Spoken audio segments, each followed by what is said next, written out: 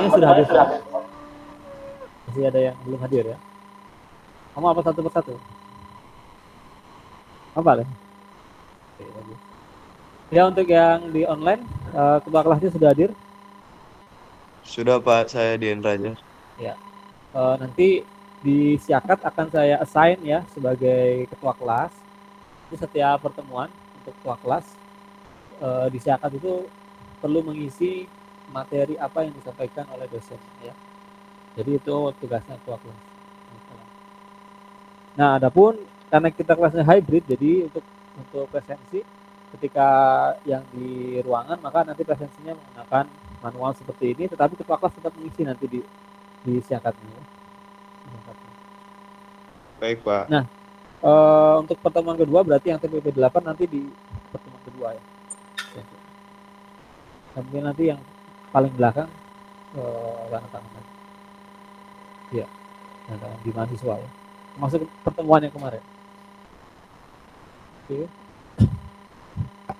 Ada yang mau ditanyakan untuk materi yang sebelumnya?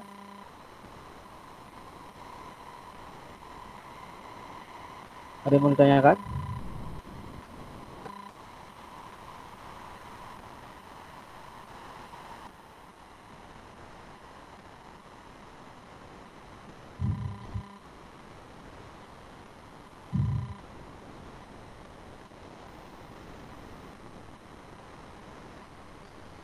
Nah.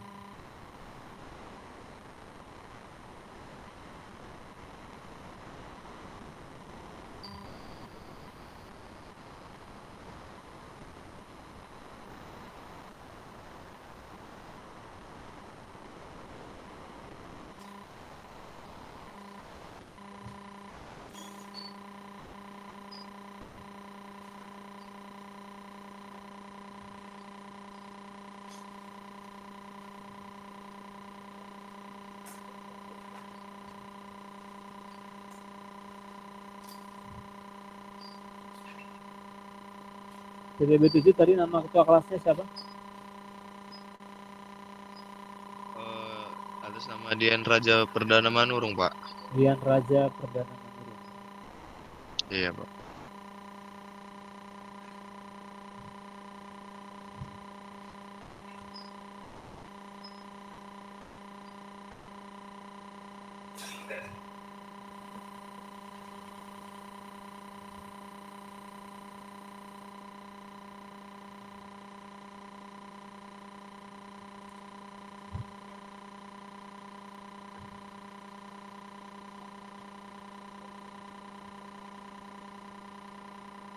Siapa nama kamu tadi?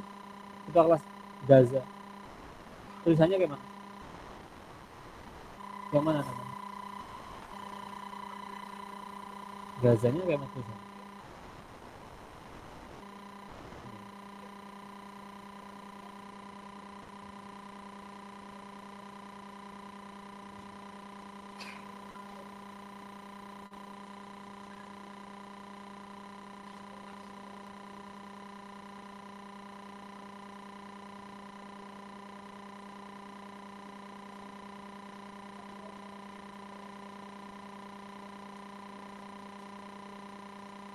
Oke, silakan untuk TPB 7 bisa mulai scan barcode-nya. Ya, jadi presensinya menggunakan scan barcode ya yang di online ya. Untuk yang di kelas cukup menggunakan absensi di kelas.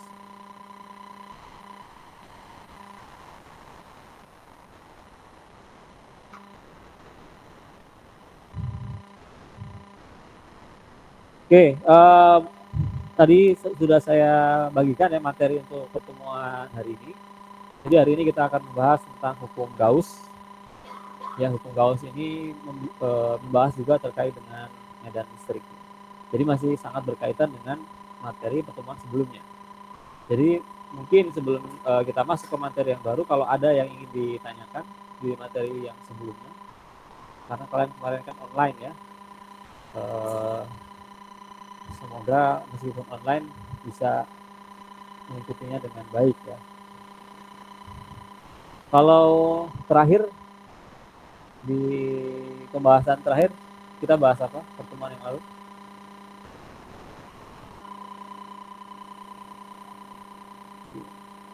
Medan listrik bukan, Pak? Ya, gaya dan medan listrik materinya. Yang di akhir itu bahasnya tentang apa pembahasannya?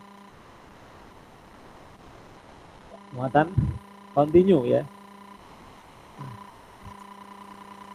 Muatan kontinu ya. Jadi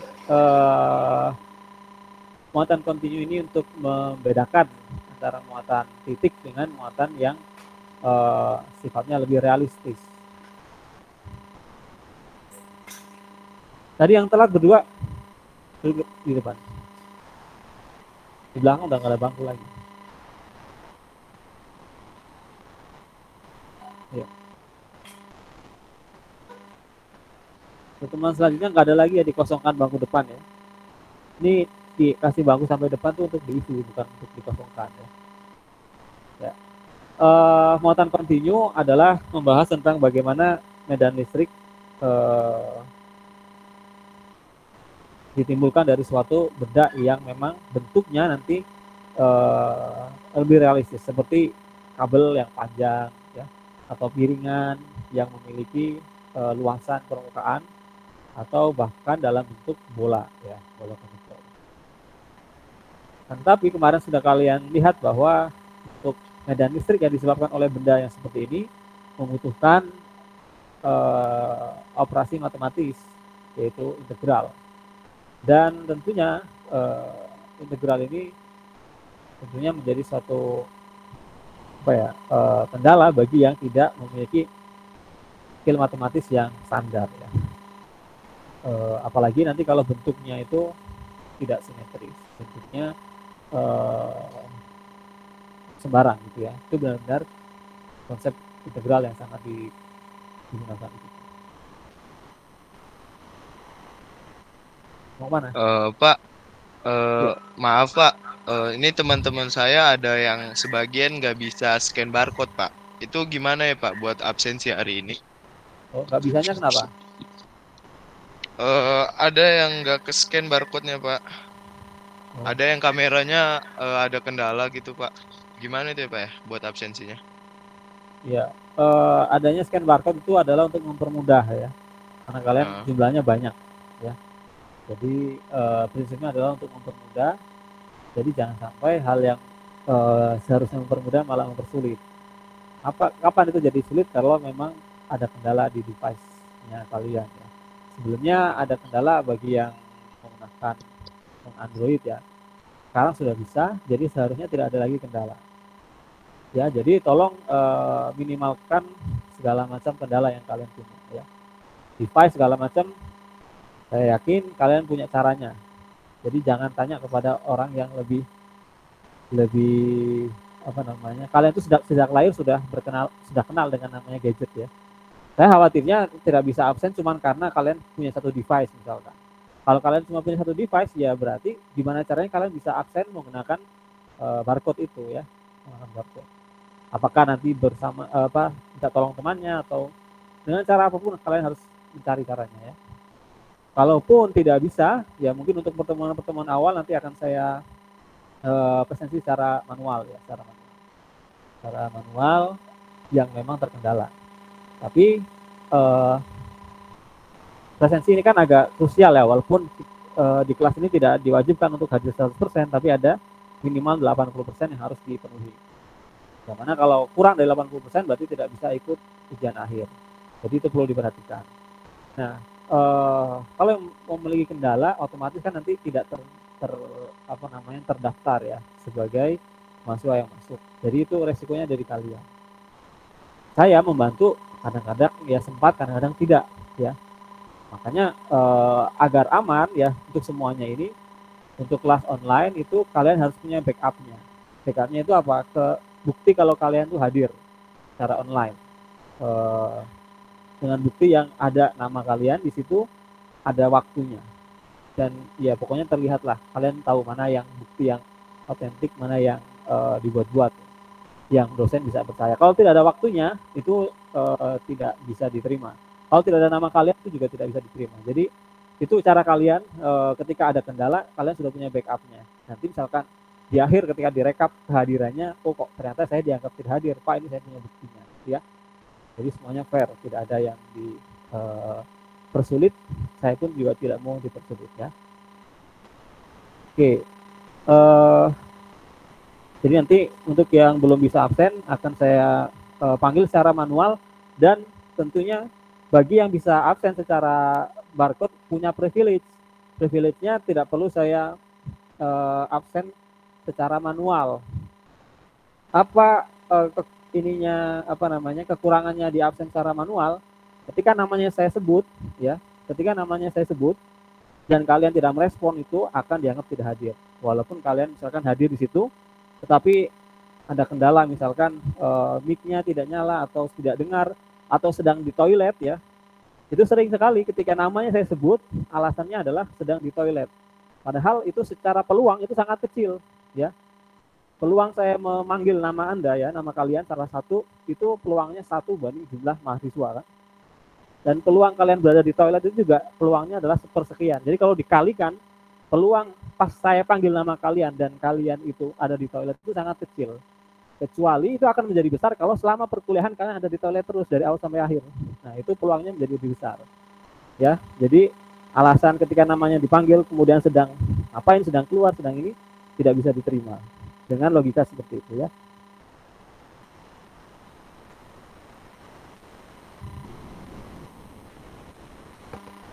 Nah, materi kali ini adalah tentang elektrostatik. Untuk yang ini akan saya share materinya.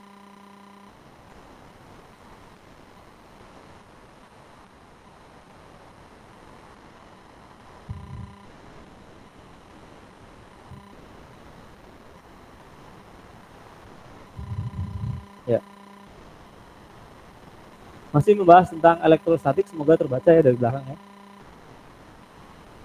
Ya, kalau di belakang ada yang pakai kacamata, duduknya paling belakang, ya berarti tidak tahu diri ya. Biasanya alasan tuh. Nanti kalau saya minta kalian membaca, tidak jelas tulisannya, ya silakan duduk di depan. Kalian harus tahu kelebihan dan kekurangan kalian ya. Kalau penglihatannya nggak begitu jelas, ya jangan duduk paling belakang. Oke. Ya, jadi apa yang akan kita pelajari hari ini adalah motivasinya. Aduh. Boleh. Jadi motivasinya adalah kendala yang kita miliki pada pertemuan yang sebelumnya. Ketika kita membahas medan listrik, kita hanya terbatas pada benda yang kita anggap sebagai benda titik ya, benda titik, kemudian kita gambar gayanya. Tapi pada realitanya benda titik itu tidak pernah ada ya, benda titik tidak pernah ada. Jadi kita harus bisa menyelesaikan permasalahan yang lebih realistis. Tapi ketika kita mencoba menyelesaikannya, kita terkendala pada integral ya, yang sebenarnya itu tidak begitu sulit lah bagi yang memang menguasai. Tetapi ternyata ada cara yang lebih mudah untuk menyelesaikan permasalahan medan listrik.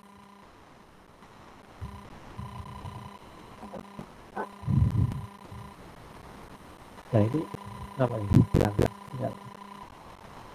ada cara yang lebih mudah, yaitu dengan menggunakan hukum Gauss. Apa yang perlu dipahami dalam mengaplikasikan teknik Gauss ini adalah pemahaman tentang flux listrik terlebih dahulu. Flux listrik ya. Jadi apa itu yang dimaksud dengan flux listrik? Nah, sambil menunggu kalian memahami flux listrik, saya benerin dulu ini kenapa ini. Tadi pagi sudah saya share materinya ya, jadi bisa kalian lihat.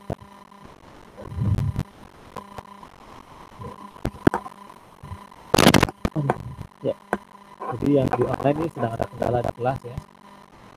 Jadi kendalanya bisa dari online dan dari yang di kelas.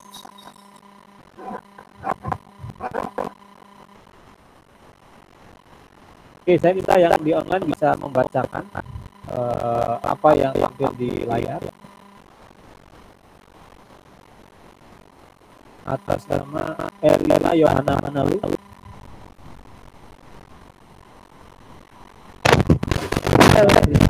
Jadi apa dibacakan ya? Flux berkaitan dengan besaran medan yang menunjukkan tegak lurus suatu permukaan tertentu. Flux listrik menyatakan medan listrik yang menembus dalam arah tegak lurus akan melihat visual medan listrik. Itu gambaran medan listrik sebagai garis-garis. Ya, itu ya. Jadi flux listrik ini kaitannya dengan medan listrik. Medan listrik yang seperti apa? Nah, di sini sangat penting, yaitu medan listrik yang menembus suatu permukaan dalam arah tegak lurus. Jika di medan listrik itu kan sesuatu yang abstrak ya, tidak terlihat ya. Ada muatan, ada kabel saja, itu artinya medan listrik, tapi kita tidak bisa melihat. Nah, bagaimana caranya kita mau meneliti atau mempelajari tentang medan listrik? Kalau kita tidak bisa melihatnya, maka seorang fisikawan mereka dengan landasan matematis memvisualisasikan bagaimana visualisasi matematis dari medan yang memang dia adalah transisi. Nah, digambarkanlah medan listrik itu sebagai garis-garis yang arah-arahnya nanti menyesuaikan dengan medan listrik. Nah, garis-garis itu disebutnya sebagai flux listrik. Jadi flux listrik dapat dikatakan sebagai banyaknya garis-garis medan yang menembus suatu permukaan. Jadi ini garis-garis yang abu-abu ini itu adalah garis-garis listrik karena adanya medan listrik. Tetapi tidak cukup sampai di situ. Ada batasannya, yaitu garisnya yang menembus suatu permukaan. Menembus suatu permukaan tadi jelas sebelumnya menembusnya secara agak lurus. Ya, secara enggak lurus. Jadi ketika ada medan, perhatikan ya, aktual ya, ada medan dan arah-arahnya itu tidak lurus dengan permukaan. Tidak lurus ini. Enggak ya, ini perhatiannya, ini di permukaan badannya ada medan arahnya untuk menuju kereta ya. Menuju kereta. Maka besar-besarnya flux listrik itu hanya yang berarah tegak lurus saja. Nah, bagaimana kalau alat yang lurus kita konstan ya. Ingat alat ketika ada dua masalah fisik, konstan maka hasilnya adalah proyeksi dari salah-salah yang ikut. Atau secara matematis dikatakan itu adalah dari kalian antara dua masalah dalam hal ini faktor medan listrik dan faktor permukaan. Nah, jadi si permukaan ini A dalam hal ini karena permukaannya dipartisi dari DA, dipartisipasinya kita ambil satu bagian kecilnya ya itu juga merupakan faktor di sini, yaitu apa itu definisi vektor. Dia memiliki dasar ya, adalah bahwa luasnya itu dan dia memiliki arahnya adalah arah dari permukaannya adalah normal dari si permukaannya. Kalau ini permukaan dan arahnya adalah ke sana. Kalau permukaan ini mirip seperti ini, berarti arah normal adalah ke sana. Jadi si luas permukaan itu selalu memiliki arah, dan arahnya itu adalah yang menunjukkan bahwa permukaan juga permukaan secara kotor. Sehingga ketika medan listrik itu dikali secara kalian titik dengan luas permukaan DA, di mana si DA-nya itu memiliki arah normal n ya, maka di sini perhatikan A-nya masih tebal dan masih kotor, kemudian vektornya dijabarkan sebagai besarnya sudah tidak tebal lagi dan arahnya diwakili oleh arah n, maka kalian titik antara faktor E dan faktor n DA ini menghasilkan E cos theta DA. Ingat kalian A dot B sama dengan AB cos theta, maka E dot n DA maka E cos theta DA. Nah, karena kita ingin menghitung jumlah atau banyaknya garis, maka secara matematis banyaknya itu diberikan operasi integral. Banyaknya garis yang menembus suatu permukaan, maka integral permukaan di sini, integral permukaan ya. Jika total dari garis dari medan listrik yang menembus permukaan DA adalah disebut dengan flux listrik. Ya, ini adalah definisi matematisnya. Kalau tadi adalah definisi definisi secara bahasa. Arah elemen luas DA ditentukan dari arah normal permukaan tersebut. Nah, maka ketika ada permukaan dari suatu benda yang bentuknya seperti ini, maka kita bisa partisi elemen-elemen permukaannya itu sembarang sesuai dengan kebutuhan yang mau kita mau kita analisis. Misalkan kita mau menganalisis di permukaan ini, maka di daerah 3 ini ya, ini kalau kita partisi, kita perbesar si elemen luasnya, maka menjadi ini. Sehingga antara medan listrik E yang oranye ini menembus di permukaan DA3 ini adalah besarnya membentuk suatu apa di sini sudut theta. Thetanya seperti ini. Maka nanti ini tinggal didotkan dan diintegralkan. Begitupun kalau kita mau menganalisis di permukaan elemen permukaan yang titik kedua ini, maka bentuk permukaannya seperti ini dan seterusnya. Sehingga walaupun medan listriknya ini misalkan medannya adalah medan yang homogen, tetapi ketika permukaannya itu memiliki arah yang berbeda-beda, maka pada setiap elemen permukaannya dia akan menghasilkan flux listrik yang berbeda. Karena flux listrik itu tadi adalah besarnya garis gaya magnet yang menembus permukaan secara tegak lurus. Ya. Kapan dia akan memiliki flux yang maksimum? Ketika sudut yang dibentuknya adalah mendekati 90 derajat, karena cos 90 adalah 1 ya. Jadi nilai cos theta kan dari 0 sampai dengan 1, maka nilai terbesarnya adalah di sudut 90. Ya. Maaf. Cosnya adalah kebalikannya. Cos theta-nya adalah 0 ya. Cos 0 sama dengan 1 dan cos 90 itu justru adalah 0. Artinya antara arah permukaan dengan arah medan listriknya ketika dia berhimpit maka akan menghasilkan cos 01. Nah, dengan pemahaman itu, maka kita bisa mengaplikasikan hukum Gauss. Ya, Gauss. Ya. Yang di kelas absennya sudah selesai belum? Kalau sudah nanti tolong dibawa ke depan.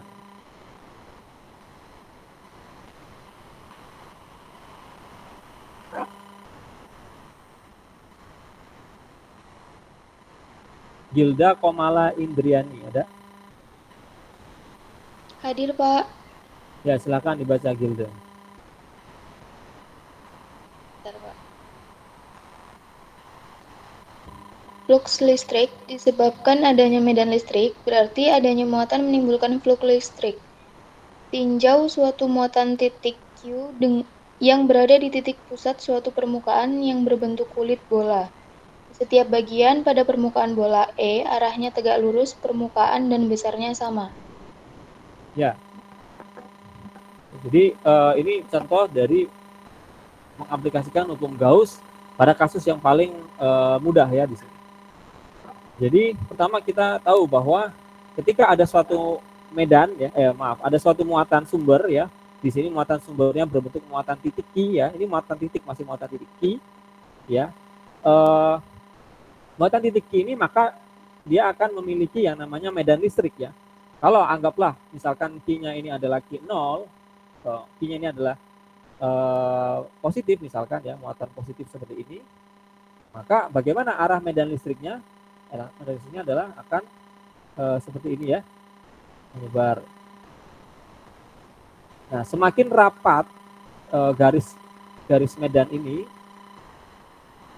maka semakin besar medan listrik yang ditimbulkan. Tapi tentunya saya tidak cukup waktu untuk menggambar yang rapat ya. Nah, medan listrik ini yang nantinya menembus ini kan menembus permukaan bola di sini dalam suatu elemen luasan tertentu di sini. Inilah yang disebut sebagai flux listrik yang menembus secara tegak lurus di sini. Artinya kalau secara sejajar ya, antara medan E-nya kan arahnya yang hitam ini, dan arah permukaan dari DA juga adalah seperti ini ya. Sehingga antara DA dengan E membentuk sudut 0, cos 0 sama dengan 1, maka di sini EA-nya menjadi maksimum ya. E dot DA-nya menjadi maksimum.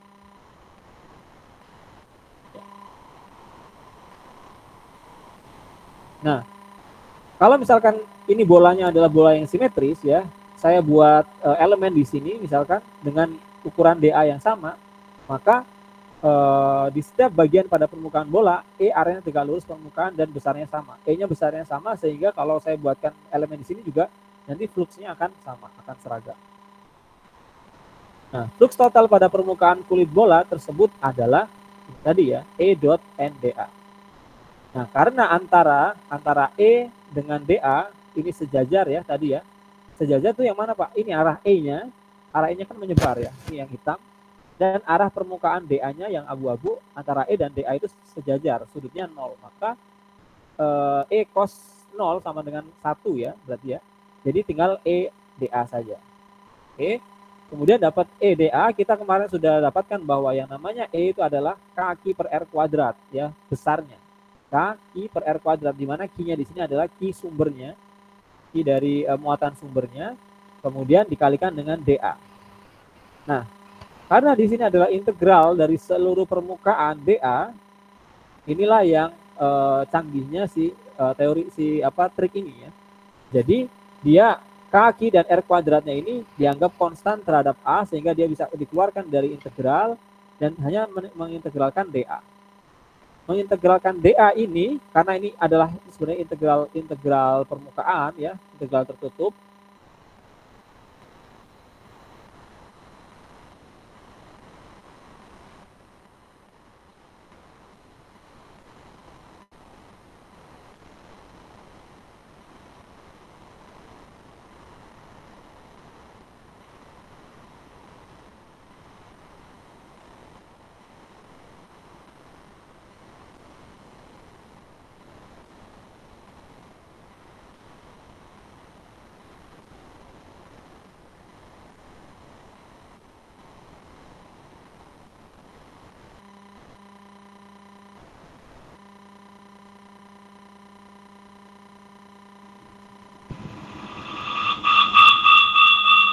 Izin Pak, suaranya noise, maaf.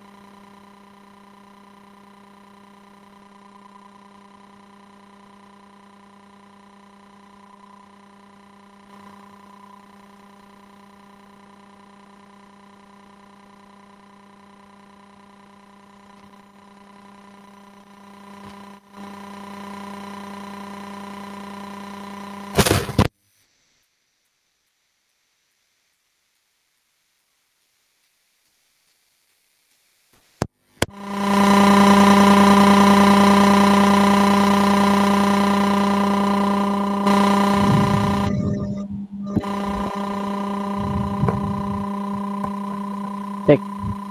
Gimana? Sudah jelas suaranya? Cek. Pak, sudah. Sudah, Pak. Sudah, Pak. Ya, makasih ya.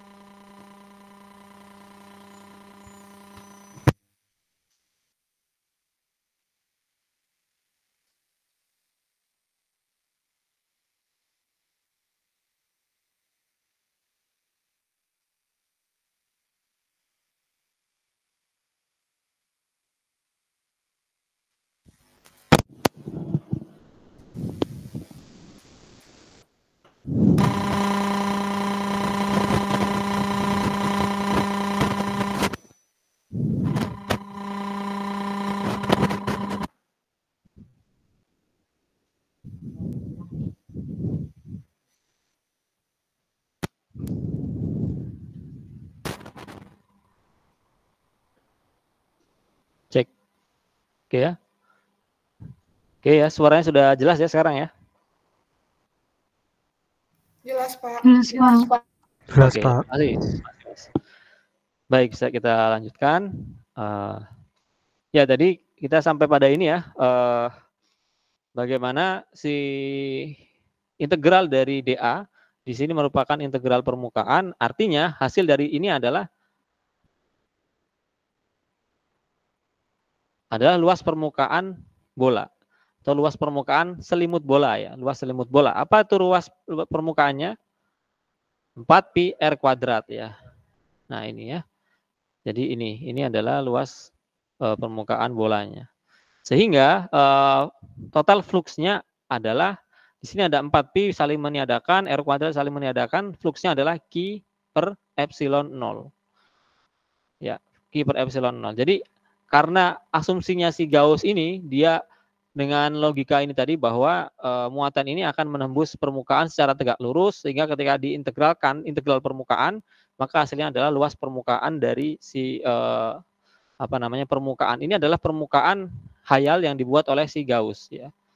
Ketika harus menganalisis benda bermuatan Q ya, dalam bermuatan Q yang ada di sini, kemudian dia buat permukaan hayal berbentuk selimut bola ya untuk menganalisis seberapa besar medan listrik atau flux listrik yang menembus permukaan pada jarak R ya, pada jarak R. Di sini ada R, di sini adalah jarak antara muatan ini atau jarak dari jari-jari bolanya. Ini jarak R-nya. Maka besarnya adalah Q per epsilon 0. Fluxnya. Nah, artinya fluxnya ini tidak terpengaruh pada jari-jari ternyata ya. Untuk nilai akhir flux totalnya, dia nilainya seragam pada seluruh permukaan. Nah, dari analisis tersebut, maka dapat dikatakan bahwa secara umum dapat diperluas bahwa untuk sembarang permukaan hasil yang didapat adalah sama. Jadi tidak bergantung pada permukaan yang dipilih. Apa maksudnya ini? Dapat diperluas bahwa untuk sembarang permukaan hasil yang didapat adalah sama. Hasil apa? Hasil fluxnya tadi yang didapat adalah sama. Tidak bergantung pada permukaan yang dipilih. Artinya kalau kita menggunakan permukaan S1, maka fluxnya adalah Q per epsilon 0 ya. Untuk S2 juga Q per epsilon 0 dan seterusnya. S3 juga seperti itu. Dengan demikian berarti flux total pada suatu permukaan sebanding dengan muatan total yang dilingkupi oleh permukaan itu. Nah, jadi ini adalah dari eksperimen pikiran tadi Gauss bisa menyimpulkan bahwa flux total ya ini kesimpulannya, flux total pada suatu permukaan sebanding dengan muatan total yang dilingkupi oleh permukaan itu. Jadi di dalam permukaan ini ada satu muatan Q, maka total fluxnya adalah sebanding dengan besarnya Q. Kalau nanti Q-nya ditambah, maka fluxnya akan bertambah. Nah, pernyataan tadi kalau ditulis secara matematis seperti ini. E.dA, ini integral tertutup ya, permukaan tertutup sama dengan Q yang dilingkupi ya. Q dalam adalah muatan yang berada di dalam permukaan Gauss yang dibuat. Jadi permukaan Gauss ini adalah permukaan yang kita adakan ya, bukan dari sumber muatannya, tapi ada muatan, kita mau lihat bagaimana flux listriknya, maka kita buat permukaan abstrak Gauss untuk menganalisisnya. Hukum Gauss dapat digunakan untuk menghitung medan listrik dari sistem yang mempunyai kesimetrian yang tinggi, misalnya simetri bola, silinder, atau kotak. Nah ini ya, jadi ini nanti bisa digunakan untuk menghitung medan listriknya, karena di sini ada E-nya, ya di sini E ya, ada E, bahwa E.dA itu sama dengan Q per epsilon 0, nanti itu akan sangat powerful untuk digunakan, untuk menghitung E-nya. Untuk menggunakan hukum Gauss perlu dipilih suatu permukaan hayal ya, yang tertutup, yaitu permukaan Gauss. Ingat ya, di situ ini adalah permukaan hayalnya. Jadi nanti di soal belum tentu ada tuh permukaannya. Kadang-kadang diberikan, kadang-kadang tidak. Yang diberikan, yang pasti diberikan adalah muatan sumbernya yang menyebabkan medan listrik. Nah, bentuk permukaan hayalnya itu bisa bentuknya sembarang ya. Tetapi yang akan sangat membantu adalah ketika kita membuat permukaan hayal yang menyesuaikan dengan bentuk dari sumber muatannya. Nah, sampai sini ada yang mau ditanyakan?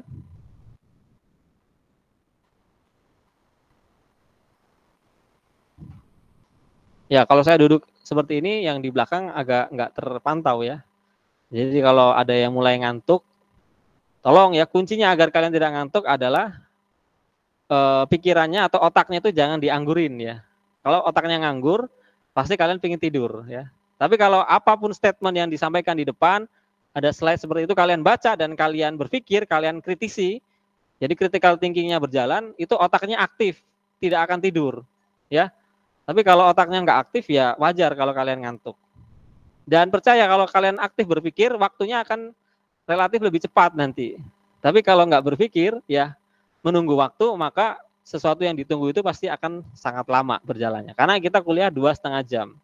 Jadi harus punya endurance yang bagus ya, agar bisa bertahan sampai dengan 2,5 jam. Oke, ada yang mau ditanyakan? Absen mana absennya? Tolong dibawa ke depan lagi. Ya. Yang depan-depan tadi kayaknya belum sempat tanda tangan ya. Yang belum tanda tangan silakan tanda tangan.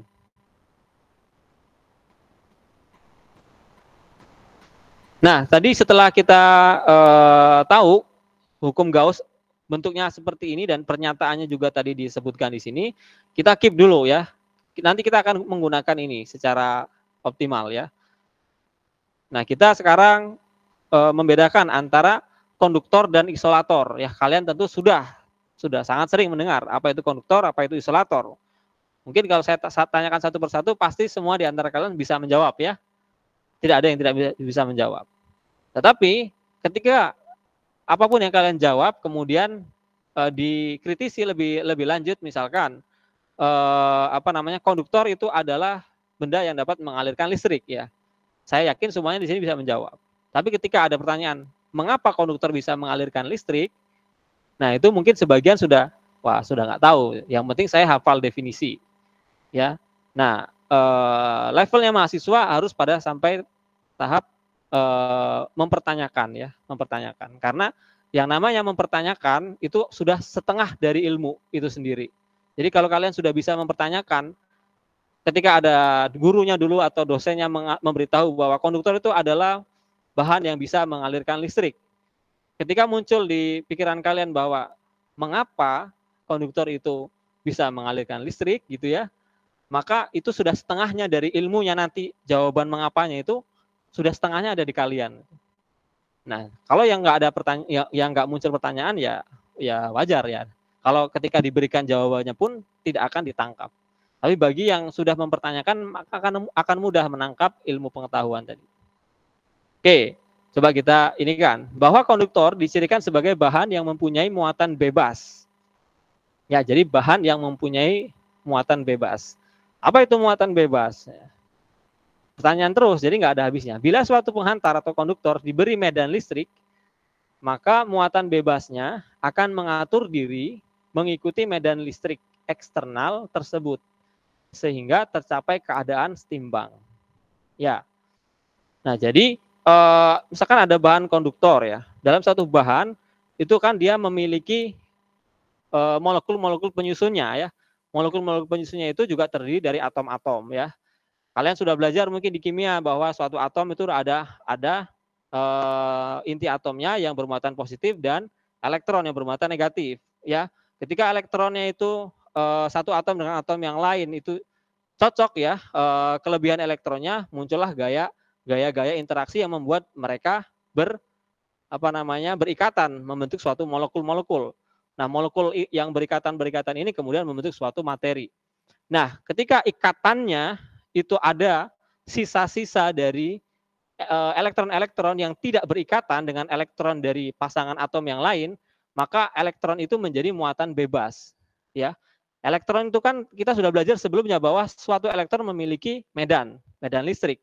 Ya, maka ketika ada medan dari sumber yang lain mengenai elektron tersebut, maka elektron itu dia akan terlempar ya.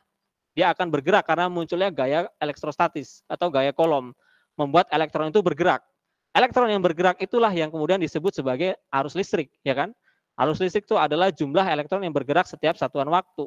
Sehingga karena ada muatan bebas tadi yang terkena oleh medan listrik sehingga dia bebas bergerak, maka penghantar tersebut mampu menghantarkan listrik. Sementara pada bahan yang lain itu ada bahan-bahan yang pasangan atom-atomnya itu tidak menyisakan elektron. Elektronnya semua sudah berpasangan. Sehingga tidak ada kemungkinan elektron itu bisa bergerak karena dia terikat oleh atom, oleh inti atom yang lain. Ingat ya bahwa inti atom bermuatan positif, elektron bermuatan negatif, maka dia akan ada gaya interaksi positif dengan negatif yang kuat, ya, sehingga dia terikat oleh si inti atom itu.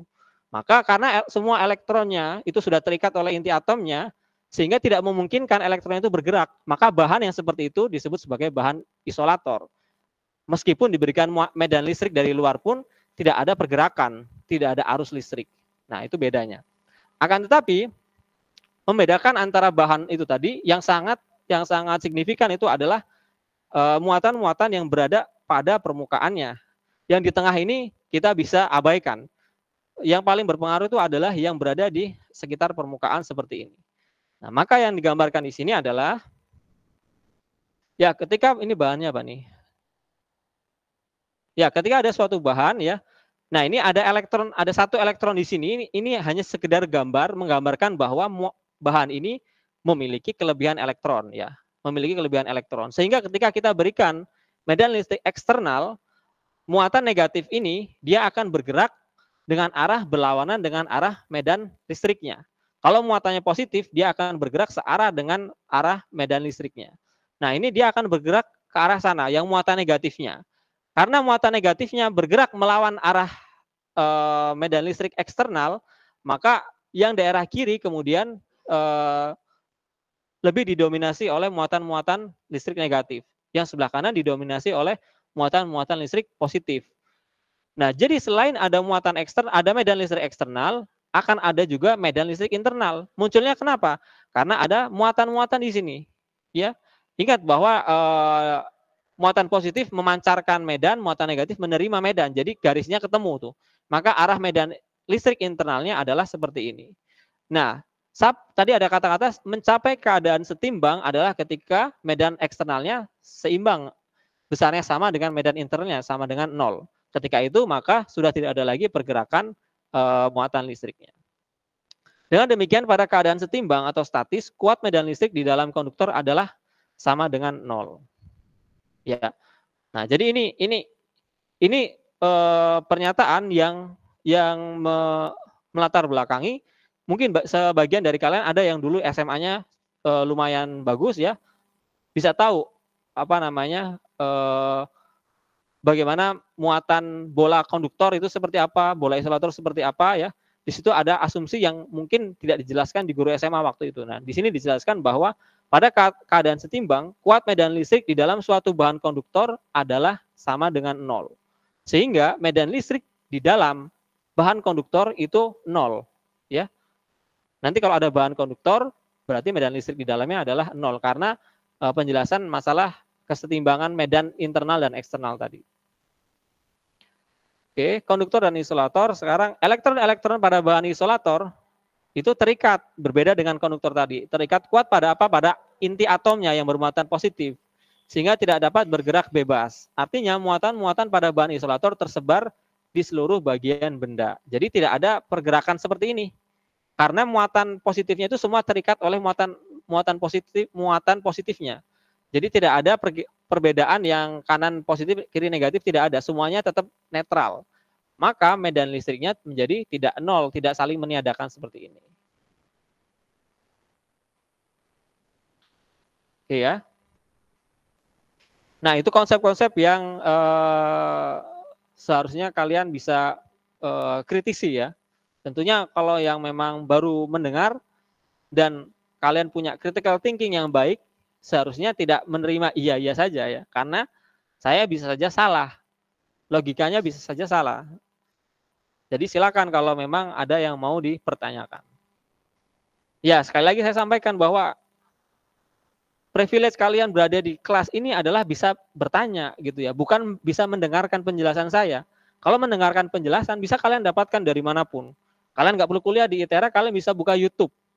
Di situ banyak yang menjelaskan jauh lebih baik daripada dosen-dosen di ITERA. Kalau hanya mau mendengarkan.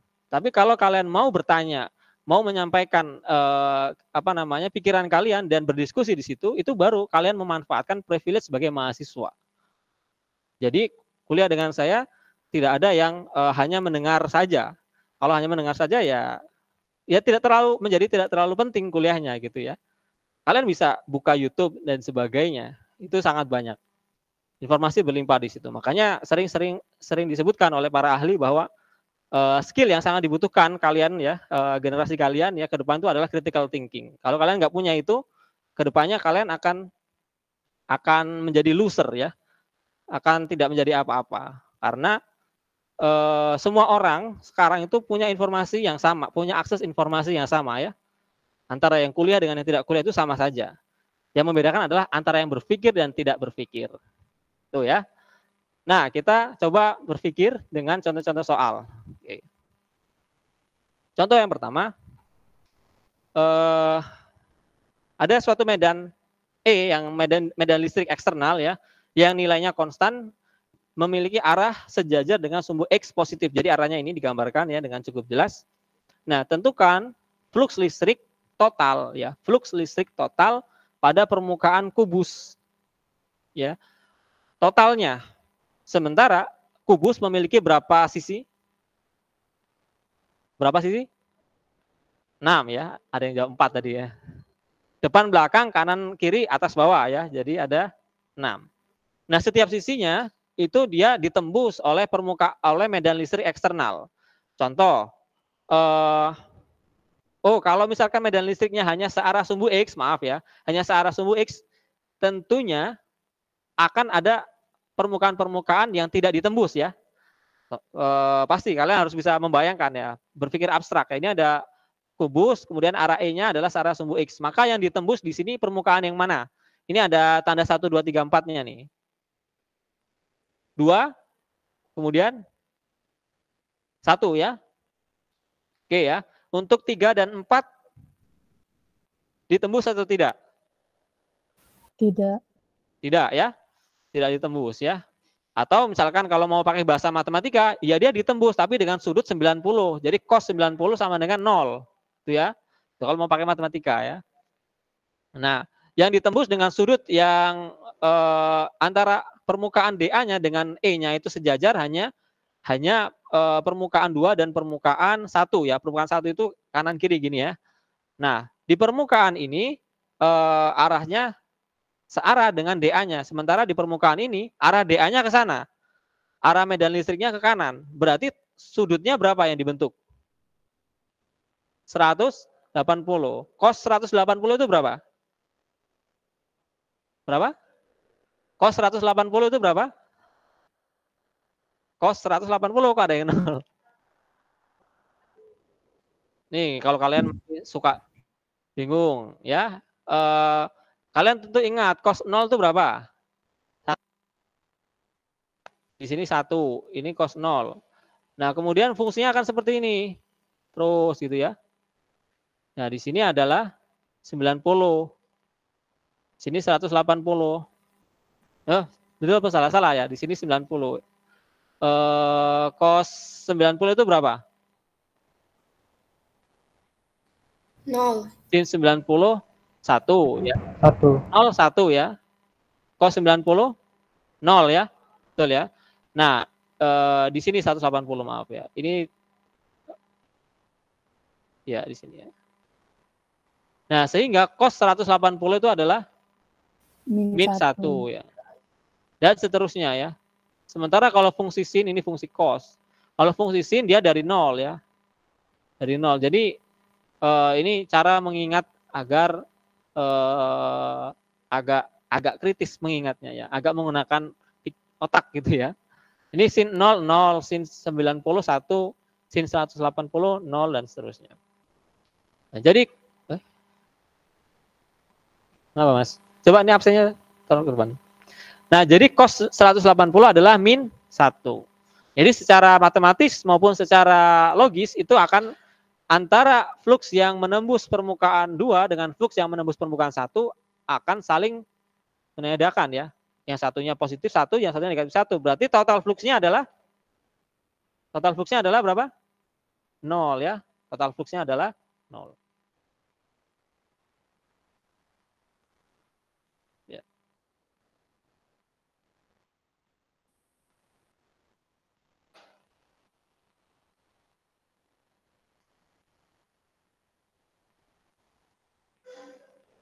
Ya. Nah, sementara apa namanya? Oke. Oh ya, total fluxnya adalah 0, tapi di sini ada yang tidak 0 nih apa nih? Oh ya, ini di masing-masing permukaan ya. Tadi sudah kita kerjakan ya. Ini negatif, ini positif. Totalnya adalah 0, oke ya. Berarti betul ya. Sementara kalau mau detailnya, itu tinggal kalian masukkan saja tadi persamaan Gauss-nya ini ya, E.dA, yang mana sudutnya satunya 180, satunya 0 ya. Yang ini negatif, yang ini positif. Tapi di sini perlu kalian tahu lah. Cos 180 min 1 ada di sini. Nah, integral DA-nya itu adalah luas dari sisi kubusnya kan. Luas dari sisi kubus kalau di sini. Nah, di sini luasnya anggaplah A ya. Atau L kuadrat bolehlah. Luasnya A-nya adalah L kuadrat. Maka di sini minus EL kuadrat. Nah, sementara ini positif EL kuadrat sehingga total fluxnya adalah 0. Kemudian contoh yang kedua, ini kita belum masuk ke hukum Gauss ya, baru melogikakan dulu agar kalian pemanasan dulu menggunakan hukum Gauss. Nanti sangat tricky nanti kalau sudah banyak kasus-kasusnya. Kalau konsepnya tidak kuat ya. Oke, bola isolator tadi ya, bola isolator berjari A, punya jari-jari A. Sekarang ini bendanya adalah bola, bukan muatan titik lagi. Bola isolator berjari-jari A dan bermuatan total Q. Jadi muatan total dari bola isolator ini adalah Q. Tentunya diberikan muatan lah. Sementara rapat muatan homogen itu adalah rho. Jadi rapat muatannya itu homogen di seluruh, terdistribusi merata di seluruh volumenya ya. Tentukan medan listrik di dalam dan di luar bola. Nah, ingat di sini adalah bolanya isolator. Kalau bola isolator di dalam bolanya itu tidak 0. Tapi kalau bola konduktor, ini gampang, yang di dalam bolanya itu adalah 0 ya. Nah, jadi pertanyaannya adalah berapa medan listrik yang ditimbulkan oleh muatan dari suatu bola dari suatu benda berbentuk bola dengan muatan total Q. Nah, gitu pertanyaannya ya. Nah, ini ada gambarnya. Jadi sistem mempunyai kesimetrian. Nah, jadi si bendanya bola simetris, jadi sangat cocok menggunakan hukum Gauss. Sangat mudah. Yaitu bolanya berbentuk simetri. Nah, bola yang simetris itu adalah analogi dengan benda titik sebenarnya ya. Benda titik itu kan, ada nggak yang kebayang benda titik itu kalau diperbesar jadi garis gitu kan? Enggak kan? Benda titik kalau diperbesar ya bola gitu ya. Itu sudah logika alamiah ya. Saya juga tidak tahu kenapa kita berpikir seperti itu, padahal benda titik itu bendanya ya titik ya. Itu ya. Mungkin karena kita memiliki otak yang simetris gitu ya pemikirannya. Jadi lebih cenderung untuk berpikir simetris. Nah, dapat digunakan permukaan Gauss dengan bentuk yang memiliki simetri bola. Jadi tadi contohnya pakai permukaan benda titik, ternyata hukum Gauss ini bisa diaplikasikan pada suatu benda yang berbentuk bola. Karena bola identik dengan titik. Nah, maka ini bendanya yang bola isolatornya jadi sama. Ini ada satu, ada dua ya. Ini bukan dua benda yang berdekatan, tapi ini adalah kasus yang berbeda ya. Ini saya garis ya. Nah, ini untuk di luar bola, analisis di luar bola, ini analisis di dalam bola. Ya. Nah, yang di luar bola maka kita buat suatu permukaan hayal Gauss nih. Yang titik-titik ini adalah permukaan hayal. Ya. Permukaan hayalnya memiliki jari-jari R. Sementara jari-jari bolanya adalah A. Jadi ini harus sangat bisa dibedakan nanti. Nah, sementara ini adalah untuk mencari medan listrik di luar bola. Ini adalah E di dalam bola. Nah, bagaimana caranya mencari medan listrik di dalam bola? Ya, buat permukaan hayal Gauss di dalam bola dengan jari-jari R ya. R ini umum ya. Bukan sama, tetapi R menunjukkan besaran yang umum ya. Yang nilainya bisa berubah ya. Tapi intinya kalau di sini ini adalah R-nya kurang dari A, kalau di sini R-nya lebih dari A. Nah, untuk yang R kurang dari A atau yang berada di dalam bola ya, maka tadi sudah digambarkan ada permukaan khayal Gauss-nya. Nah, apa hukum Gauss? Hukum Gauss kan ini tadi ya, E dot dA ya sama dengan apa tadi? Q per epsilon 0 ya. Q per epsilon 0. Oke. Nah, maka ini menjadi E dA karena bendanya berbentuk bola, maka flux listriknya akan menembus secara sejajar dengan vektor dari bolanya. Maka sudutnya adalah 0, maka ini menjadi E dA saja sama dengan Q per epsilon 0. Nah, E-nya bisa dikeluarkan dari integral permukaannya adalah A. Permukaan bola itu apa? 4pi R kuadrat. Nah, makanya R-nya di sini, R-nya siapa? Ini adalah jari-jari dari permukaan khayal Gauss. Ya, ini saya jari-jari permukaan khayal.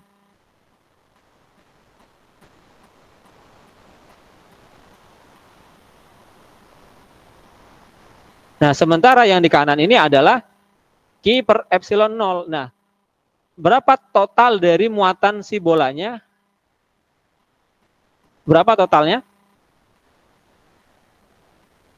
Q besar enggak tadi di sini ya? Jadi soalnya Q-nya Q besar ya, dengan rapat muatannya rho. Dengan rapat muatannya rho. Artinya apa? Berarti total muatan ini Q yang muatan yang dilingkupi itu adalah rho dikalikan dengan volumenya per epsilon 0.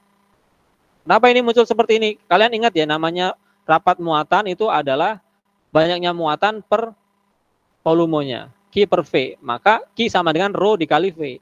Q sama dengan rho dikali V. Nah, berapa V-nya? Nah, ini adalah volume dari siapa? Volume dari bola isolatornya. Berarti 4/3 pi. Nah, jari-jari bolanya apa?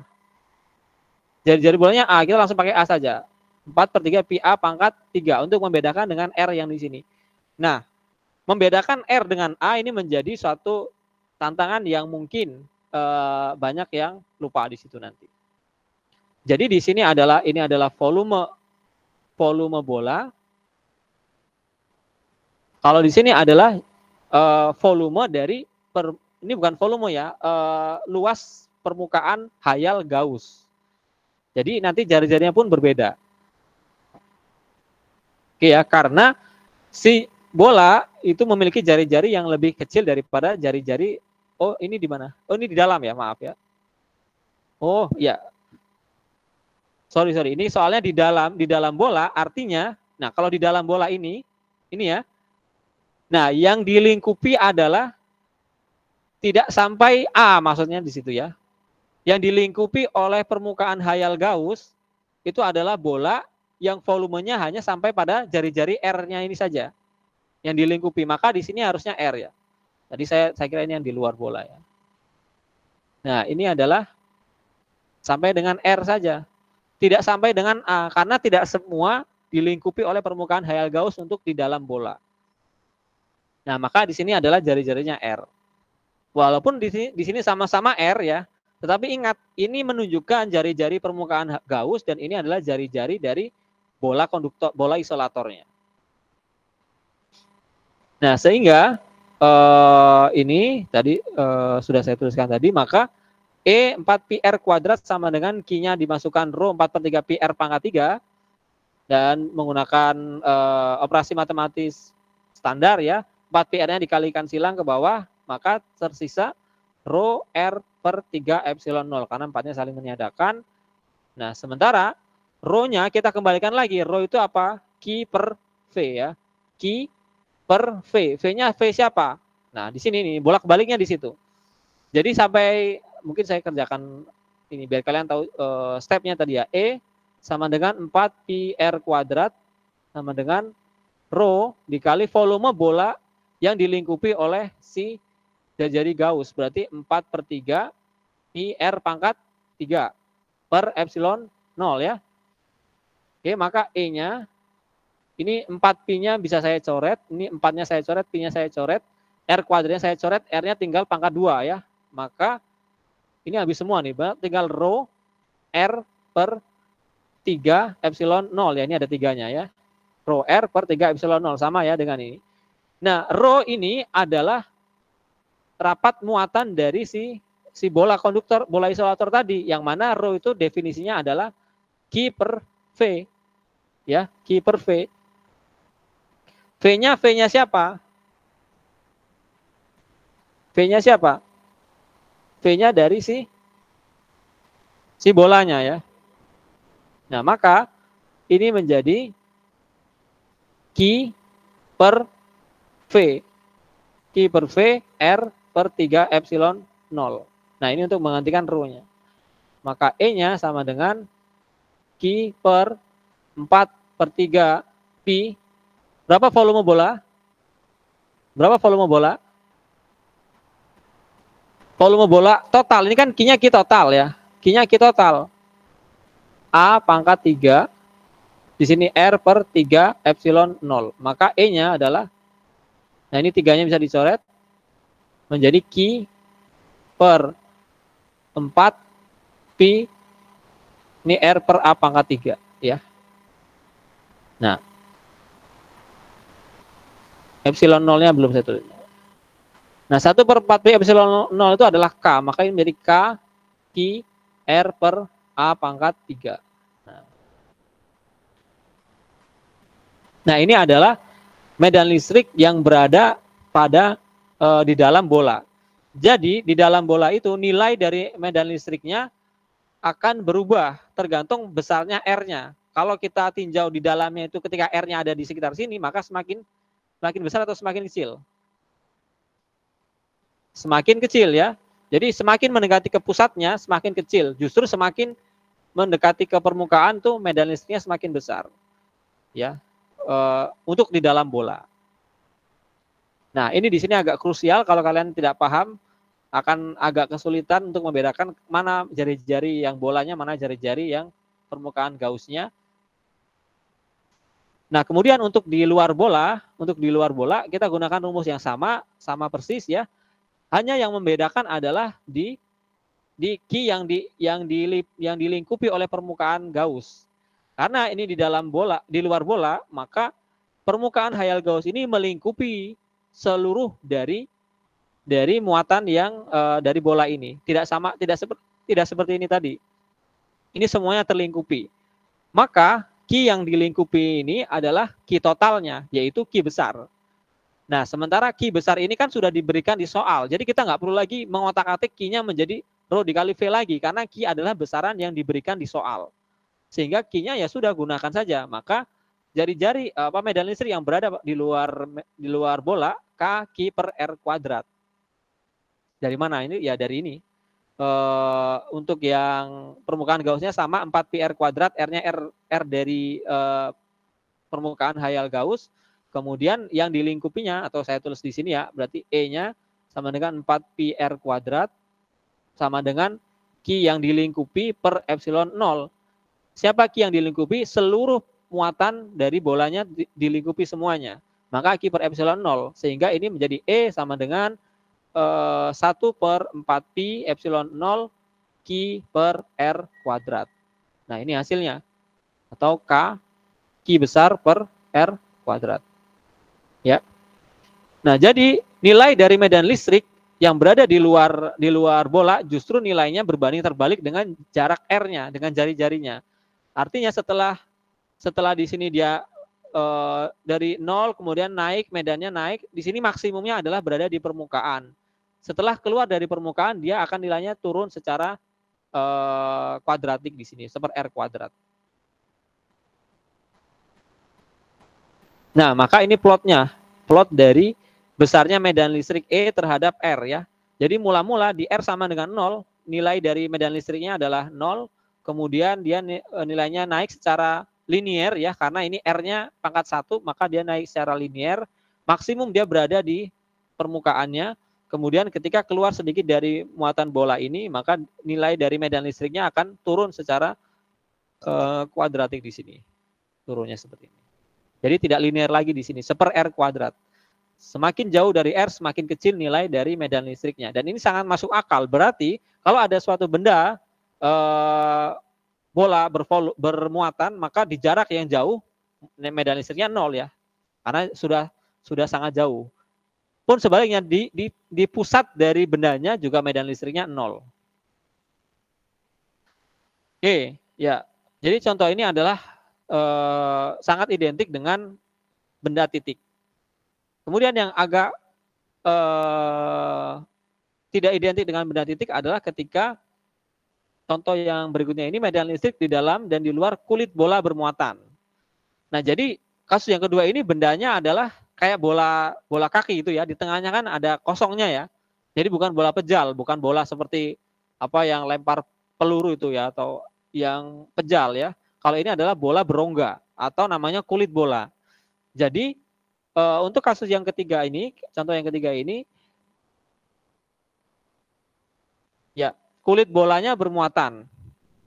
Nah, kita diminta untuk mencari berapa medan listrik di dalam bola, medan listrik di dalam kemudian dan di luar bola. Nah, caranya kita gunakan permukaan Gauss ya. Permukaan Gauss. Nah, ketika untuk mencari di luar bola, maka kita buat permukaan hayal dengan jari-jari R lebih besar dari A seperti ini, dan mencari medan listrik di dalam kulit bola ini sama dengan tadi, dengan jari-jari R kurang dari A. Nah, hasilnya di sini tidak diinikan ya. Soalnya juga tidak diberikan berapa besarnya muatan, tapi ini adalah bagaimana menggambarkannya. Nah, tapi yang menarik di sini adalah untuk daerah ya, di daerah R lebih dari sama dengan 0 kurang dari A, itu nilai E-nya adalah 0 ya. Ya, nilai E yang di sini, di ruang hampa ini, di tengah-tengah ini, itu nilainya 0. Ya. Kenapa 0? Kenapa 0? Ya, karena setiap titik di dalam sini tentunya dia akan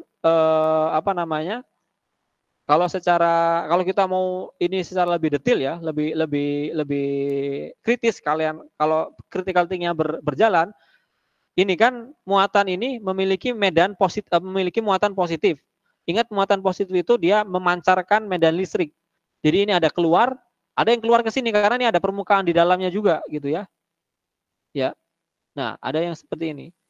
Nah, di titik manapun itu, ya, di titik di dalam ini, medan listriknya akan saling meniadakan, ya. Medan listriknya akan saling meniadakan, karena arahnya simetris seperti ini. Sehingga resultan dari medan listrik yang berada di dalam bola ini nilainya 0. Jadi aman kalau kasus kulit bola. Nanti yang menariknya hanya untuk daerah di luar bola. Daerah di luar bola. Di luar bolanya seperti apa?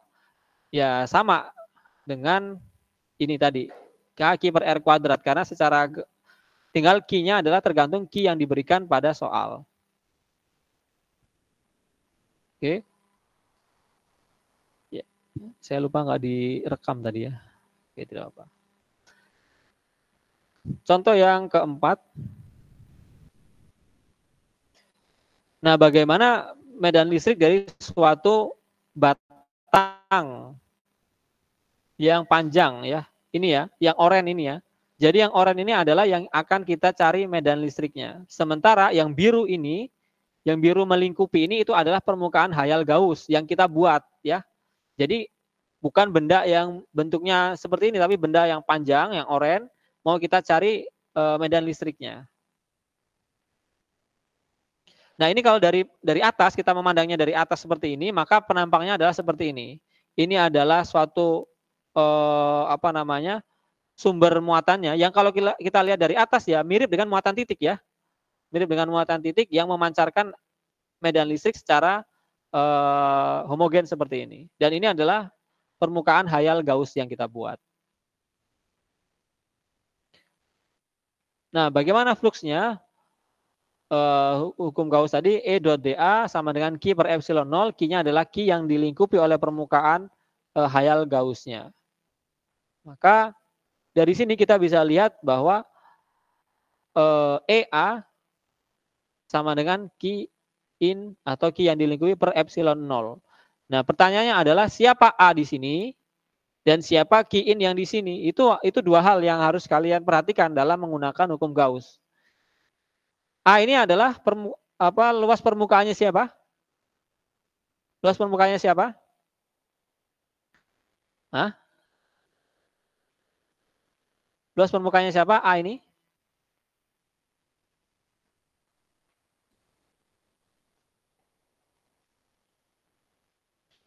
Dinda Ayuning Tias. Yang mana?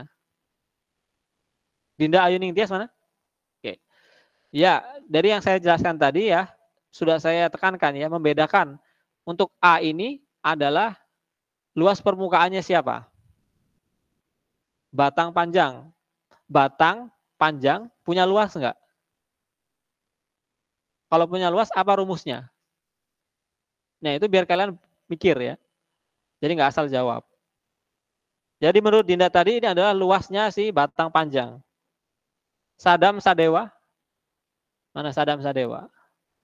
Sadam setuju dengan apa yang dijelaskan oleh Dinda tadi?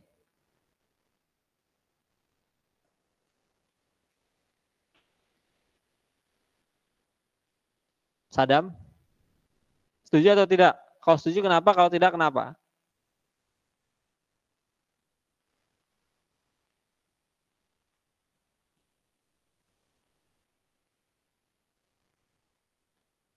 Mana yang namanya Sadam? Nah, kamu jangan ngumpet, jangan sengaja nyumput gitu ya. Kalau disebut namanya ya cari sela gitu biar kelihatan. Biar saya tahu kamu mikir atau tidak gitu ya. Jadi A ini luas permukaannya siapa? Silinder. Silinder yang mana? Ini gambarnya.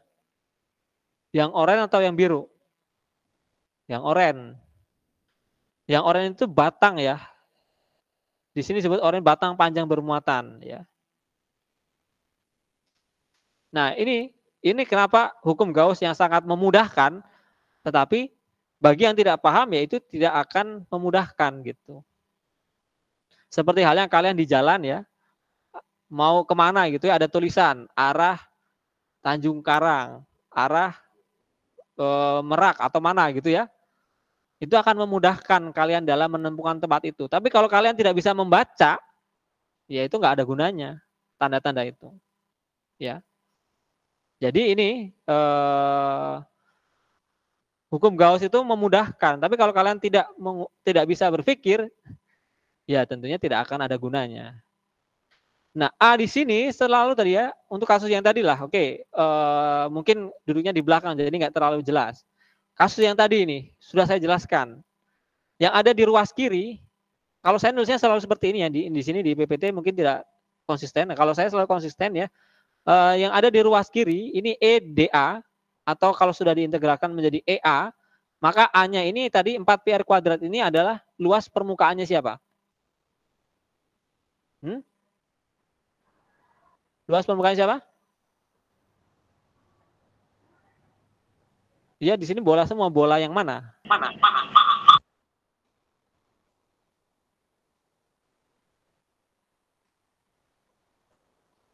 Jangan di dalam, jangan di dalam, yang di luar dulu. Jadi di awal tuh saya sudah membedakan di sini ya. Ada benda, ada yang luas, ada yang hayal gitu ya. Ini realnya kita mau membahas benda yang berbentuk bola. Ada permukaan hayalnya, ya permukaan hayal itu yang titik-titik ini ya, yang titik-titik ini.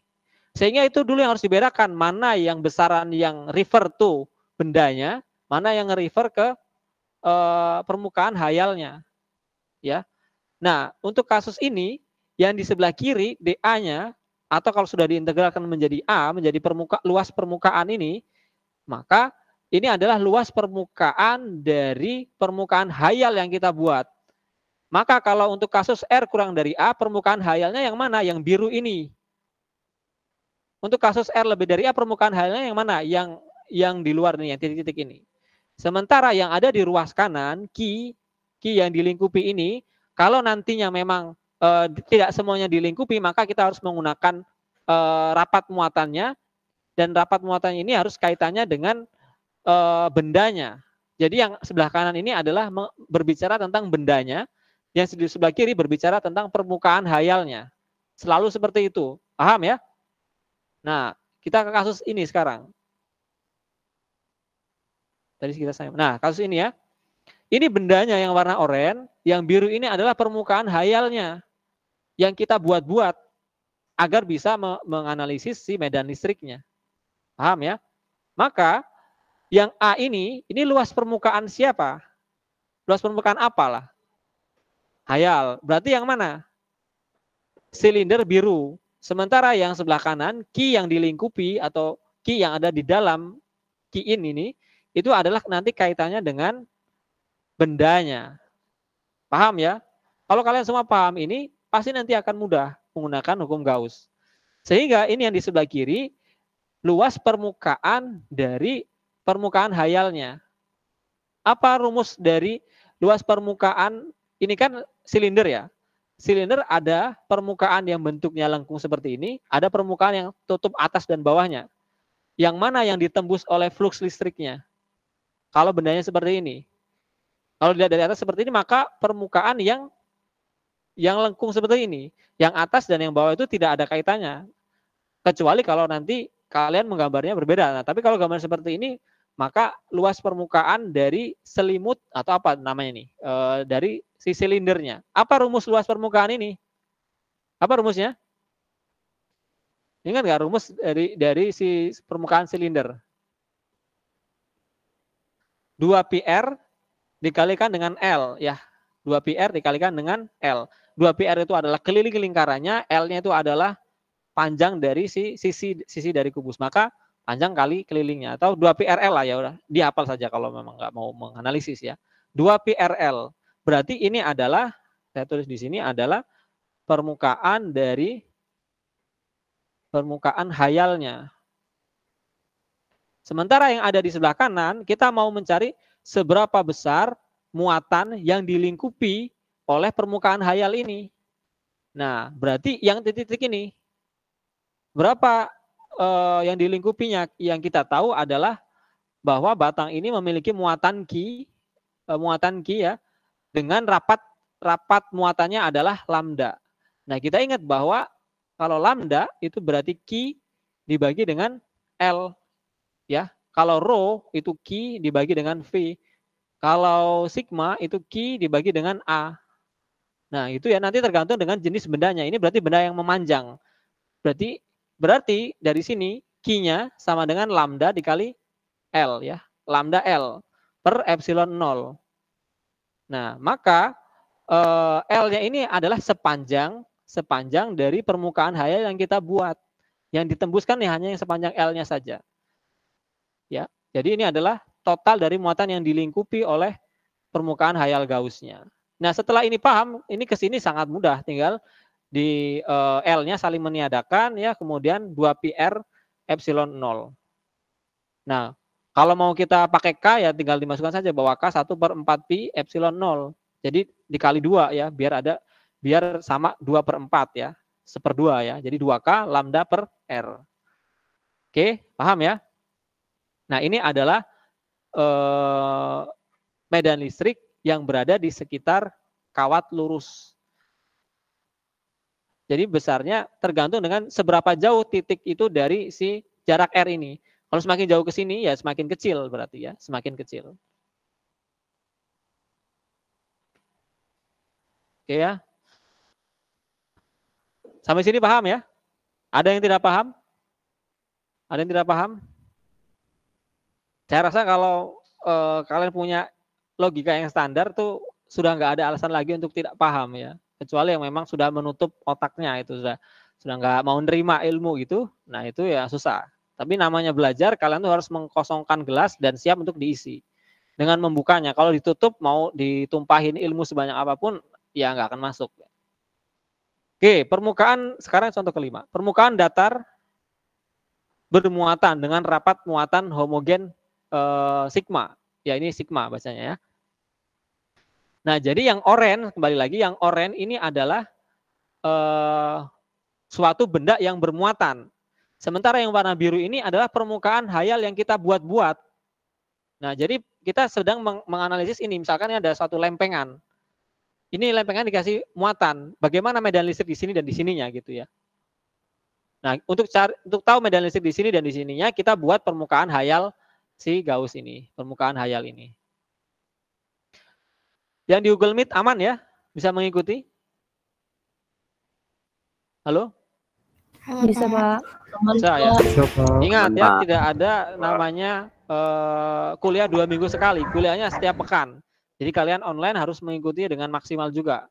Bukan suatu kesempatan untuk tidak kuliah gitu ya. Oke. Saya rasa kalau online justru lebih jelas malah layarnya. Kalau di sini tuh agak jelas tuh, remang-remang ya.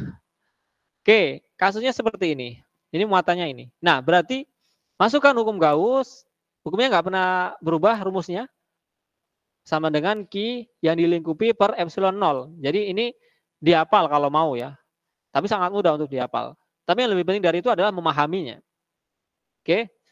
Ini berbicara tentang daerah hayal, ini berbicara tentang bendanya. Bedakan seperti itu ya.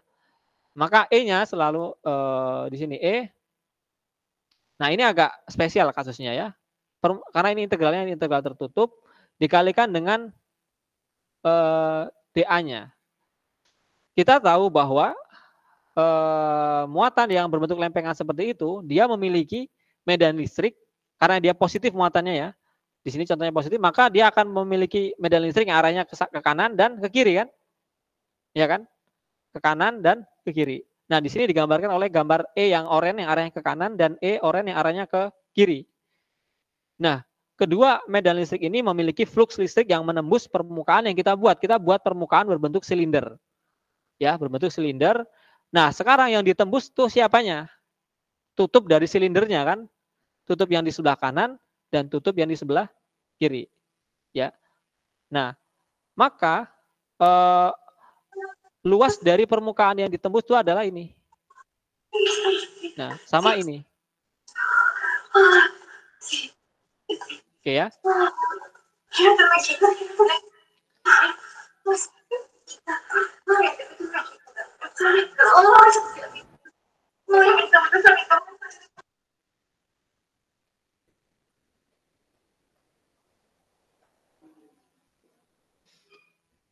Oke. Mailani Anastasia. Ada Mailani? Hadir, Pak. Oke, jadi di sini permukaan Gauss yang kita buat di sini adalah permukaan yang berbentuknya silinder ya. Bentuknya silinder seperti ini. Nah, menurut Mailani ya tadi ya, bagian silinder mana yang ditembus oleh medan listrik E-nya? Dari silinder itu apakah sampingnya yang melengkung atau tutupnya, tutup dan apa namanya atas dan bawah dari silindernya? Yang bagian sini Pak, yang bagian atas ini. Oke, yang bagian atasnya ya. Iya. Nah, yang bagian atas dan bawahnya atau samping kanan dan kirinya yang lingkaran ini sama-sama ditembus oleh flux E. Sehingga ada dua permukaan yang ditembus sekarang. EA1 kalau mau dikatakan dan EA. Yang satunya yang sebelah kanan, yang satunya sebelah kiri. Ya, E.A, E itu vektor, A itu vektor, jadi ketika didotkan dia menjadi skalar. Kalau besaran skalar dijumlahkan tidak pengaruh arahnya.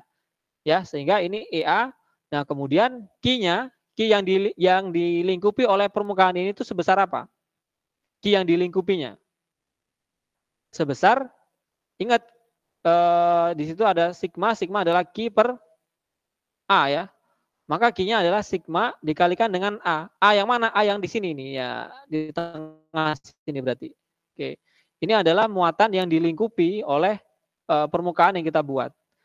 Maka sigma dikali A per epsilon 0. Oke ya. Nah, ini maka di sini muncul 2EA. Karena ada dua permukaan, 2EA, oke, sama dengan sigma A per epsilon 0. Nah, itu ya. Sehingga A-nya, karena ini luasnya sama, maka ini tinggal E sama dengan setengah dari sigma per epsilon 0. Ya, sigma per epsilon 0. Ini setengah ya. Ini sama dengan setengah sigma per epsilon 0. Oke, ini ada pertanyaan arah. Arahnya kemana? Arah E-nya. Arah E-nya. Untuk yang di sebelah kanan arahnya berarti ke sana, yang sebelah kiri arahnya ke sana ya. Sesuai dengan arah ini ya. Tapi besarnya adalah sigma per 2 epsilon 0. Jadi yang ke sini besarnya ya sigma, tapi arahnya berbeda gitu. Nah, ini nanti akan ini perlu diingat. Perlu diingat nanti kita akan menggunakan ini untuk kasus yang lain. Oke, ada yang mau ditanyakan?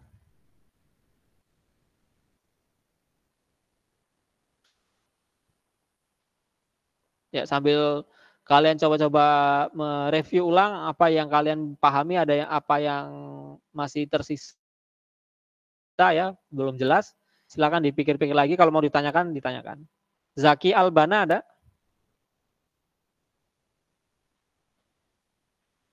Zaki Albana? Hadir, Pak.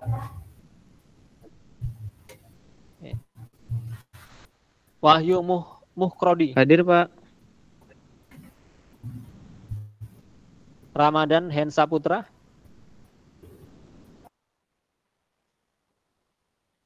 Ramadan Hensa Putra. Muhammad Farhan Al-Fair. Hadir, Pak. Siapa yang hadir nih tadi?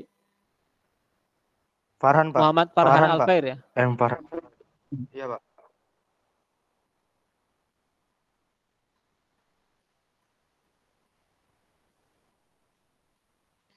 Timothy Sozanolo Waruwu.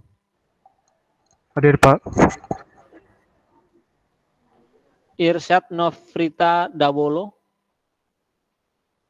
Hadir, Pak. Mugni As-Sodik. Hadir, Pak. Angga Rafael Sinaga. Angga Rafael Sinaga. Tidak hadir ya. Jadi yang online ada 2 orang tidak hadir, Angga Rafael Sinaga dan Ramadan Hensa Putra ya. Apa memang udah keluar ya, saya nggak tahu ya. Oke. Kita lanjut ke contoh yang berikutnya. Nah, ini diperbanyak contoh agar kalian nanti bisa benar-benar memanfaatkan hukum Gauss ini. Karena ini pasti keluar nih di ujian nih, menggunakan hukum Gauss. Bola konduktor, nah sekarang bolanya adalah konduktor ya. Kalau tadi isolator. Apa bedanya? Kalau bola konduktor, di dalam bolanya E-nya 0 ya. Bola konduktor berjari-jari A. Nah ini bolanya berarti yang kuning saja. Berjari-jari A, jadi jangan terdistrak dengan ini. Berjari-jari A dengan muatan total 2 Ki. Disusun konsentrik. Nah dengan kulit konduktor. Nah, sekarang kasusnya agak ini. Disusun konsentrik artinya dia terpusat gitu ya, maksudnya simetris dengan suatu kulit bola yang juga konduktor nih, kulit bola yang warna biru yang memiliki yang tebal dan bermuatan jari-jari dalam B dan jari-jari luar C, sehingga ini ya dari sini ke sini B, dari ini keluar adalah C gitu ya, sangat jelas dari gambar. Dan bermuatan total min Ki ya, untuk yang biru min Ki, yang di dalam adalah 2 Ki. Nah, bayangkan kasus seperti ini, kalau kalian tidak paham hukum Gauss, ini bisa dikerjakan menggunakan hukum medan listrik yang kemarin, yang diintegralkan, ya, tanpa menggunakan hukum Gauss itu bisa, asalkan kalian bisa memanfaatkan prinsip-prinsip vektor dan juga prinsip-prinsip integral. Tapi kalau menggunakan hukum Gauss, tinggal logika tadi, bedakan antara permukaan hayal dan bendanya, ya. Ketika kalian bisa membedakan itu, selesai masalah ya. Tinggal masalah matematis yang sangat sederhana, perkalian dan pembagian. Oke, kita lihat ya. Jadi kasusnya adalah seperti ini. Ini ada bola pejal gitu ya. Kemudian dilingkupi oleh si kulit bola lah. Intinya seperti ini. Nah, jadi ini gambarnya sudah ditampilkan di sini ya. Jadi untuk daerah R kurang dari A berarti ada di dalam bola pejalnya medan listrik sama dengan 0 ya. Karena bolanya konduktor. Tadi sudah dijelaskan kenapa konduktor sama dengan 0. Karena medan listrik internal dan eksternalnya sama-sama arahnya berbeda dan hasilnya adalah 0 sehingga muatan terdistribusi di permukaan ya. Nah, jadi di permukaan ini akan ada muatan yang terdistribusi. Muatan apa? Ini kan yang di luarnya negatif. Berarti yang muatan positifnya akan tertarik ke sini ya, di sini. Di sini akan lebih bermuatan positif. Jadi aman ya untuk R kurang dari A itu adalah 0. Di sini E-nya sama dengan 0. Nah, kemudian di daerah 1 sama dengan 0. Ini ada 1, 2, 3. Berarti E1-nya sama dengan 0. Nah, kemudian E2, yaitu di daerah antara A dengan B, maka kita buat permukaan Gauss yang berada di daerah tersebut. Sehingga permukaan Gauss ini hanya melingkupi si bola 2Q saja. Bola bermuatan 2Q. Maka E2 dikalikan dengan A, ini dari rumus Gauss ya, integral E dot dA, dA-nya karena bola maka menjadi A, A-nya adalah 4πr kuadrat ya. Ingat ini adalah luas permukaan hayal Gauss-nya. Sementara yang Q-in ini adalah dari bendanya. Berapa muatan total yang dilingkupi oleh permukaan Gauss ini?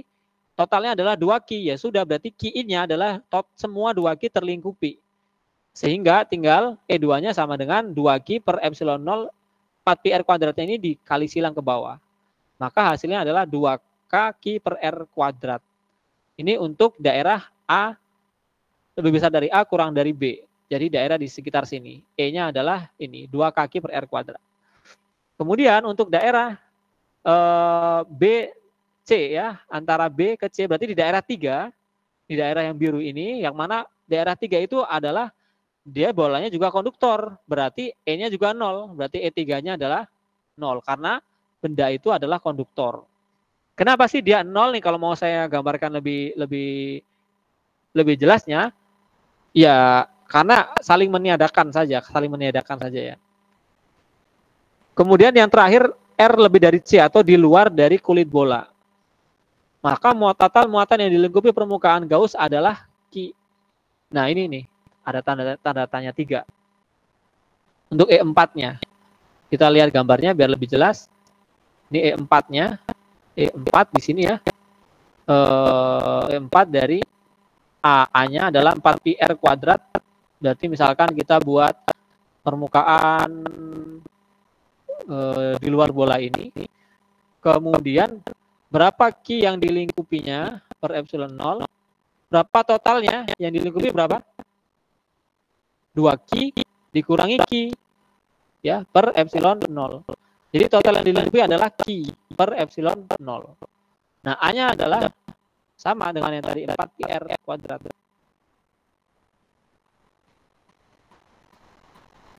Ya.